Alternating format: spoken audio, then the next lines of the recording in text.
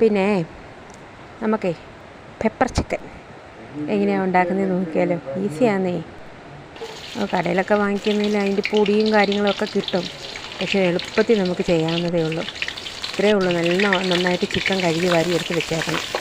പിന്നെ ഒരു ചൂട് കട്ടിയുള്ളൊരു പാത്രം എടുത്ത് വെക്കണം. അതിൻ്റെ അകത്തോട്ട് എണ്ണ ഒഴിക്കുക. അതിൻ്റെ അകത്തോട്ട് പിന്നെ നമ്മുടെ ഇഞ്ചിയും വെളുത്തുള്ളിയും സവാളയും പച്ചമുളകും കൂടെ ഇട്ട് നന്നായിട്ട് മൂപ്പിച്ച് കഴിയുമ്പോഴത്തേക്കും അതിൻ്റെ അകത്തോട്ട് ചിക്കൻ എടുത്തിടുക. ചിക്കൻ ഇട്ട് കഴിഞ്ഞ് അതൊന്ന് നന്നായിട്ട് ഇളക്കി വരുമ്പോഴത്തേക്കും അതിൻ്റെ അകത്ത് ശകലം മഞ്ഞൾപ്പൊടിയും ഇച്ചിരി ഉപ്പും കൂടി ഇട്ട് നന്നായിട്ട് വരട്ടിയെടുക്കണം. എന്നിട്ട് ശകലം ഇതിൻ്റെ സത്യം പറഞ്ഞാൽ ഈ ചിക്കൻ്റെ അകത്ത് നിന്ന് വെള്ളം ഇറങ്ങും. എന്നാൽ ഇച്ചിരി കൂടി വെള്ളം ഒഴിച്ച് നമ്മളത് വേവിക്കാൻ വെക്കണം. പിന്നെ അതിനുള്ള അരപ്പെന്ന് പറഞ്ഞത് പിന്നെ കുരുമുളകും പെരുംജീരകവും പട്ട ഗ്രാമ്പൂ, അതായത് ഓൾ സ്പൈസസ്, ഈ സ്പൈസസും കാര്യങ്ങളും എല്ലാം കൂടെ ചേർത്ത് നന്നായിട്ട് മൂപ്പിച്ചിട്ട് അത് പൊടിച്ച് വെക്കുക.